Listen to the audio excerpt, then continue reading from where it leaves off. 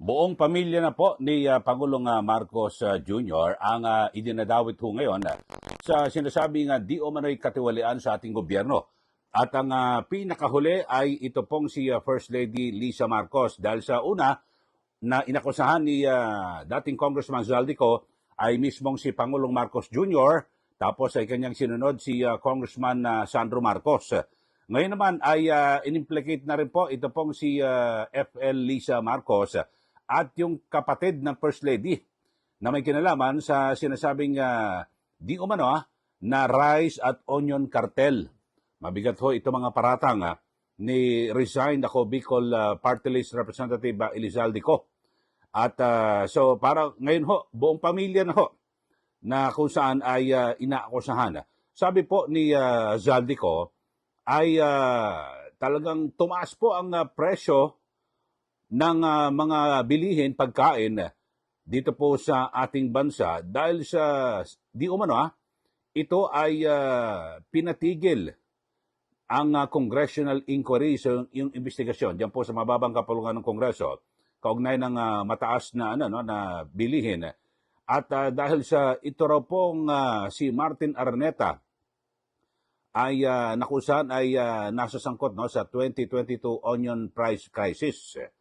At yun nga ho, base po sa huling pahayag ni Zaldico ay yung kanyang latest tell-all video. At na kung saan ay personal daw po na nakialam ito hong si First Lady sa House investigation. At sa gitna po ng pagtaas ng presyo ng onion, yung sibuyas. Dito po sa ating bansa, siguro matatandaan nyo ho ito. At again din ay noong 2024, di ba, tumaas din po yung presyo ng bigas dito po sa ating bansa. At sabi po ni Zaldico, talagang napakabigat po ng kanyang ng mga paratang. At mula po sa ito, medyo masakit daw talagang pakinggan, pero ito raw po ang katotohanan. At ang First Family ay di umano ay involved dito po sa corrupt system na ito. Mula po sa presidente hanggang sa First Lady at na kung saan sila raw po ang nagdidikta at nagkokontrol at nagbebenepisyo sa mga transaksyon na dapat ho ay ang makinabang ang taong bayan. So mabibigat po, no? Ito hong mga paratang, panoorin ho natin. Ito hong report na may kaugnayan dito po sa naging akusasyon ni Zaldico laban po kay First Lady at naunan niya ng inakusahan ito pong sina Pangulong Marcos Jr. at Congressman Sandro Marcos. Narito po ang report. Panoorin po ninyo. Labas na ni Zaldico ang final installment ng kanyang pasabog. Kung sa mga unang video si PBBM at Presidential son Sandro Marcos lang ang kanyang idinawit, ngayon kasama na si First Lady Lisa. Ang detalye sa agenda report ni Joan Manalo. Buong pamilya Marcos na ang damay sa tila pinakamalaking corruption scandal ngayon. At hindi na lang daw flood control projects ang pinagmumula nito. Sa isa na namang panibagong video ni former House Appropriations Chair at resigned Ako Bicol Party List Representative Zaldico, idinetalya naman ito ang kinalaman ni First Lady Liza Araneta Marcos sa umano'y importasyon at overpricing ng sibuyas sa bansa. Ani ko, hawak daw ng kapatid ni First Lady na si Martin Araneta ang mga kita mula sa importasyon ng sibuyas. Kung matatandaan ninyo, noong 2022, nagkaroon po ng investigasyon sa Kamara na pinangungunahan ni Congressman Toto Sonsing dahil sobrang taas ng presyo ng sibuyas. Umabot ng 600 pesos kada kilo. Gayong dapat ay nasa 80 pesos lang. Doon lumabas ang pangalan ni Martin Araneta bilang isa sa mga nasa likod ng kontrol sa importasyon ng sibuyas. Pero hindi po natuloy ang investigasyon. Pagdidiin ko, hindi umano natuloy ang isinasagawang investigasyon noon dahil si First Lady ang may kontrol sa importasyon at may kinalaman din umano dito si dating House Speaker Martin Romualdez. Ang sabi ni Speaker, tinawagan daw siya ni First Lady Lisa Marcos at ipinapatigil ang investigasyon. Kaya walang natuloy at walang naparusahan. Ganito rin daw ang nangyari sa pag-aangkat ng bigas sa bansa. Noong 2023, iminungkahi raw ni Ko kay Romualdez na mag-angkat sila ng 13 million tons para sa buong taon para raw mapababa ang presyo ng bigas ng hanggang 22 pesos per kilo. Pero hindi raw ito inaprubahan ni President Bongbong Marcos. Kaya ninais na raw niyang makausap sina DA Secretary Francisco Chu Laurel at former Finance Secretary at ngayon Executive Secretary Ralph Recto. Noong 2024, kinausap ko ulit si Speaker Martin Romualdez na kung pwede makausap namin si Secretary Laurel Chu ng Department of Agriculture at Secretary Ralph Recto ng Department of Finance para maibaba ang taripa ng bigas mula 35% to 15%. Sinabi ko kay Speaker Martin Romualdez na kung pababayaan natin ang patuloy ng pagtaas ng presyo ng bigas at umabot ito sa 60 pesos kada kilo, siguradong magagalit na ang taong bayan. Posibleng magrevolusyon na ang mga tao at tiyak na maapektuhan dito ang mga kandidato ng administrasyon sa 2025 elections. Ayon kay Ko, nangyari raw ang nasabing pagpupulong na inabot daw ng hanggang alas 2 ng umaga. Pero dahil di rin bumaba ang presyo ng bigas matapos ang ilang buwan, iminungkahi na ang investigasyon sa ilalim ng House Quinta Committee na pinahinturin umano ni Chu Laurel. Habang iniimbestiga nito ng Quinta Committee na pinamumunuan ni Congressman Joey Salceda, bigla na lang itong pinahinto ni Secretary Kiko Laurel Chu matapos niyang ipakita ang isang confidential report. Nakasaad dito na si First Lady Lisa Marcos mismo ang may hawak sa mga rice importers.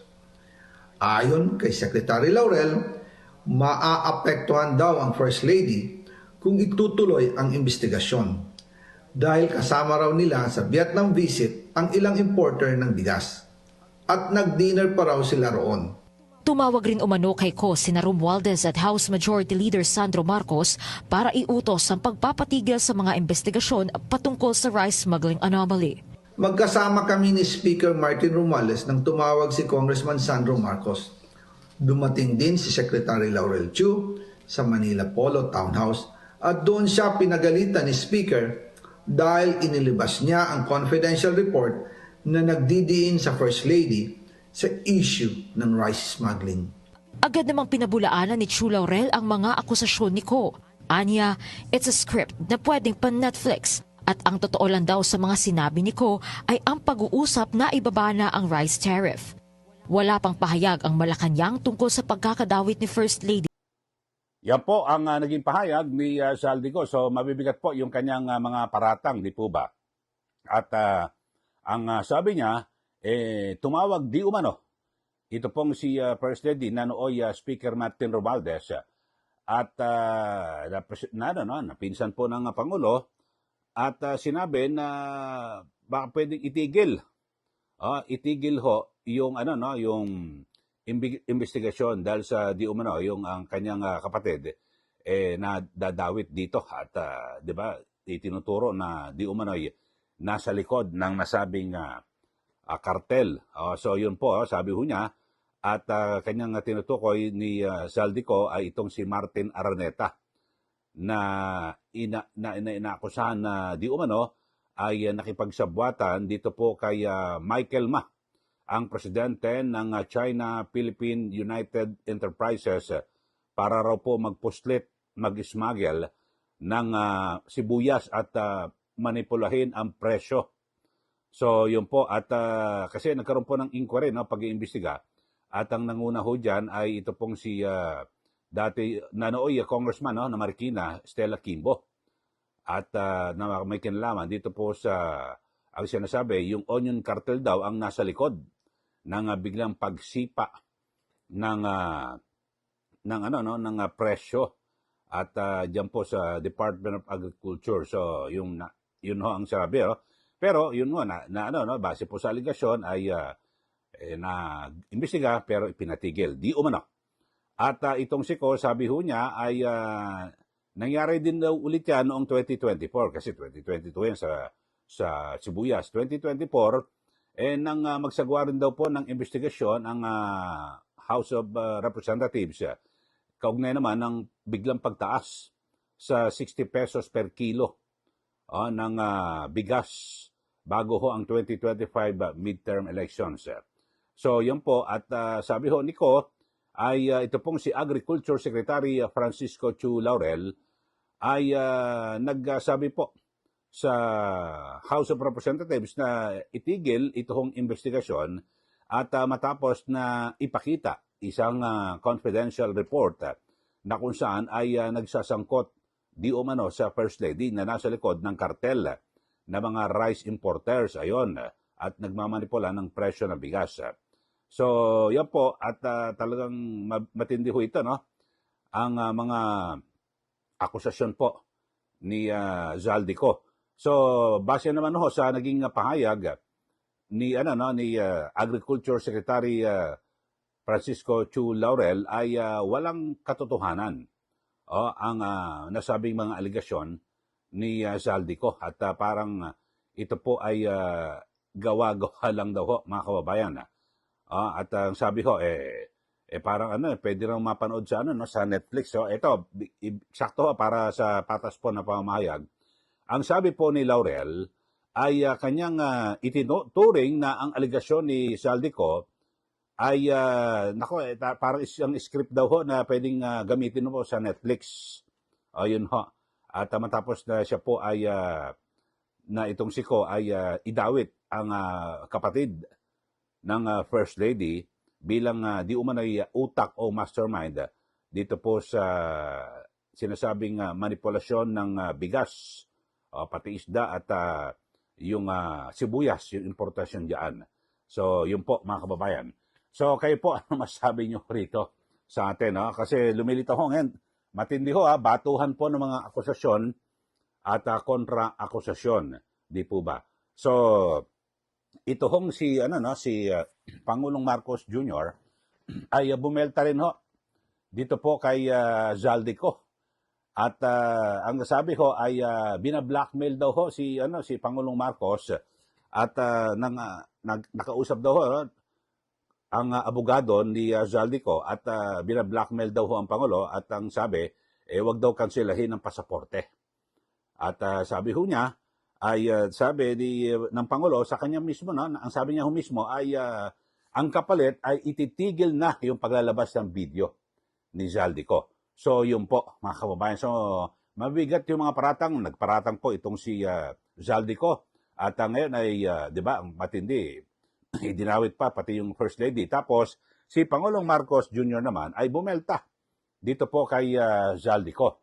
Panoorin po natin at yung pahayag ni Pangulong Marcos Jr. na kung saan ang sabi niya, binablackmail daw siya ni Zaldico at ipinaabot daw ho yung kanyang mensahe sa pamamagitan ng kanyang abogado na huwag kanselahin ang pasaporte para itigil na itong paglalabas ng video. Panoorin po natin ang pahayag mismo ni Pangulong Marcos Jr. Po akong ibabanggit sa inyo. Dinapitan po kami ng abogado ni Zaldico at nagtatangkang mag-blackmail na kung hindi po namin kakanselihin daw ang passport niya, hindi na raw siya maglalabas ng video.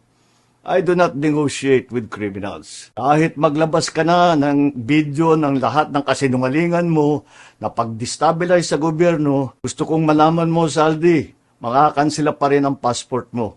Hindi ka na makakatakas sa hustisya. Yan po ang pahayag ni Pangulong Marcos Jr. na kung saan ay nilapitan daw sila ng abogado ni Zaldico at nagtangkang mag-blackmail. Pero sabi niya para wag kanselahin ng passport at hindi raw siya maglalabas ng video. So sabi ho ng Pangulo, I do not negotiate with criminals. Kahit maglabas ka pa ng video ng lahat ng kasinungalingan mo, Zaldi. Sabi ng Pangulo ay para i-destabilize ang gobyerno, wala raw po. Hindi ka raw makakatakas at hindi magbabago ang isipan na kanselahin ang iyong pasaporte. So yan ho, matitindi ho ng mga balikan at labanan ng mga akusasyon ho dito. So dito po sa ating mga kababayan na nanonood, ano ho ang take nyo ho rito? Ano pananaw nyo ho rito at sino ho ang inyong paniniwalaan? At ito hong alegasyon ni Zaldico na di umano ay sangkot ang First Lady at yung kanyang kapatid di umano dito po sa sa kartel ng bigas at sibuyas at yung pag-i-smuggle ng nasabing produkto, bagamat yan po yung pinabubulaanan ng Agriculture Secretary. At si Pangulo Marcos Jr. naman ay sabi niya, sabi ng abogado, ititigil na yung paglalabas ng video ni Zaldico at yan po ay kapalit na wag ikansela ang pasaporte. Pero nagpaabot na rin po ng pahayag itong si Attorney Rui Rondain at sabi niya completely untrue. Sabi niya, I have not spoken with anyone from the government to negotiate the stoppage of the videos for the passport. So sabi niya, as I have always maintained, I have no control over the release of the video. So yun na pinabubulaanan ni Attorney Rondain na siyang tumatayong abogado ni Zaldico na walang katotohanan at wala po siyang kinausap sino man sa gobyerno para ipatigil na makansela yung pasaporte ng kanyang kliyente kapalit ng paghinto ng paglalabas ng video ni Zaldico. So yun lang ho, magbigay na po kayo ng comment at kung ano masasabi niyo rito mga kababayan. At ito dito ho mga kababayan, siguro magandang imbestigahan ho ito At itong mga aligasyon na ito ni Zaldico kasi masasabi ho natin na meron po siyang personal knowledge at kasi nandun ho siya mismo Hindi to hearsay Nandun ho mismo siya sa pinangyarihan ng krimen, kumbaga, di ba? Siguro maganda imbestigahan para kung talagang ito po yung may katotohanan, di po ba? Okay, so sa mga bago lang po sa ating channel, subscribe na po kayo at huwag niyo pong kalimutan na i-like at i-share. Maraming salamat. Muli ito po si Ka Eli. Magandang araw po sa ating lahat.